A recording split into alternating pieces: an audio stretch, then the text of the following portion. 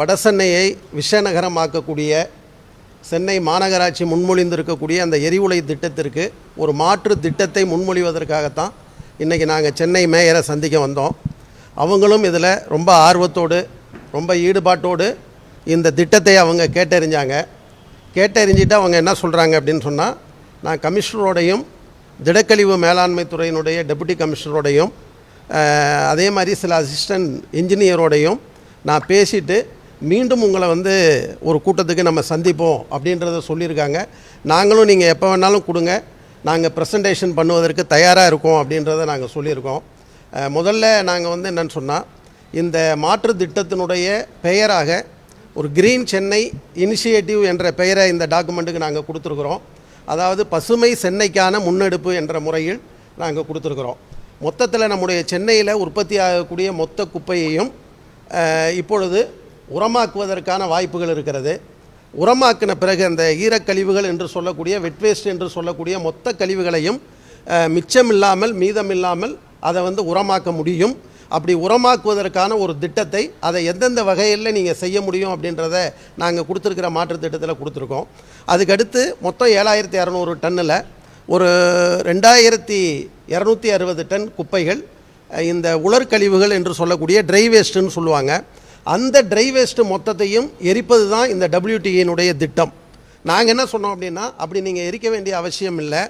ஏன்னா இந்த 2260 டன்னில் ஒரு 200 டன்னு தான் உங்களுக்கு என்னன்னு சொன்னால் மக்காத குப்பைகளாக நிற்கிது. மீதி குப்பைகள் முழுவதையும் நீங்கள் மறுசுழற்சி செய்ய முடியும். மறுசுழற்சி செய்து அதை வேறு ஒரு பொருளாக மாற்ற முடியும், வேறு ஒரு மெட்டீரியலாக அதை மாற்ற முடியும். அதே மாதிரி நீங்கள் மறு உபயோகத்துக்கு தேவையான பொருட்கள் அதில் இருக்கும், அதையும் நீங்கள் பிரித்து எடுக்கலாம்.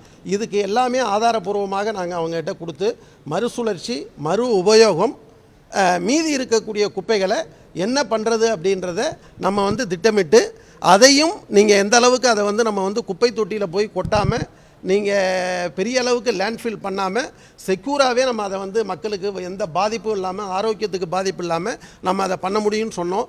அதையும் அவங்க நாங்கள் என்னென்னு சொன்னால் கமிஷனரோடு டிஸ்கஸ் பண்ணிவிட்டு நாங்கள் சொல்கிறோம் அப்படின்னு இருக்காங்க. இந்த அசாடு வேஸ்ட்டுன்னு நாங்கள் கொடுத்துருக்கிற புள்ளி விவரத்தில் எங்களுக்கு கிடைத்த தரவுகள்லேருந்து நாங்கள் எடுத்துருக்கக்கூடிய விவரங்களில் மொத்தமே 180 டன்னு தான் வருது. ஆனால் நாங்கள் அவங்ககிட்ட சொன்னது என்னென்னு சொன்னால், நீங்கள் WTE பிளானில் போட்டு 2100 டன்னை கொடுங்கையூரில் எரிச்சிங்க அப்படின்னு சொன்னால் 500 டன் சாம்பல் வரும், 50 டன் எமிஷன்லேருந்து ஃபில்டர் பண்ணுற சாம்பல் வரும். இந்த 550-600 டன் சாம்பலையும் நீங்கள் எங்கே கொண்டு போய் கொட்டுவீங்க அப்படின்னு கேட்கும்போது, இப்போ எங்களுக்கு லேட்டஸ்ட்டாக கிடைச்ச ஒரு விவரத்தை அவங்ககிட்ட சொன்னோம். அதை அவங்க நானும் ஸ்டடி பண்ணுறேன் அப்படின்றத ஒத்துக்கிட்டாங்க. இப்போ ஹைதராபாத்தில் ஜவஹர் நகர் பிளான் இருக்குது. நம்முடைய சென்னை மேயர், இங்கே இருக்கக்கூடிய எங்களுடைய பொதுச் செயலாளர், 4வது வார்டு மாமன்ற உறுப்பினர் அந்த குழுவில் அவரும் போயிருந்தார். அதெல்லாம் சுட்டி காட்டி ஏப்ரல் மாதத்தில் அந்த குழு அங்கே போச்சு. ஆனால் மார்ச் மாதத்தில் மத்திய மாசு கட்டுப்பாட்டு வாரியம் அந்த WTE ஜவஹர் நகர் பிளான்ட்டில் இருந்து அவங்க எரிக்கக்கூடிய அந்த ஆஷில் வரக்கூடிய குரோமியம், காட்மியம், மெர்க்குரி, இப்படி ஹெவி மெட்டல்ஸ் இருக்கு இல்லையா, அந்த ஹெவி மெட்டல்ஸ் கன உலோகங்கள்னு சொல்லுவாங்க. நாங்கள் மணலி சின்னமாத்தூரில் டெஸ்ட் பண்ணி கொடுத்த சாம்பிள் எடுத்து டெஸ்ட் பண்ணதில் அது 115 இருந்தது. WHO உலக சுகாதார நிறுவனம் சொல்லக்கூடிய அளவு 0.8, ஆனால் இங்கே 115 இருந்தது. அதுவே கிட்டத்தட்ட நாங்கள் கதறணும் தற்காலிகமாக மூடி வச்சுருக்காங்க.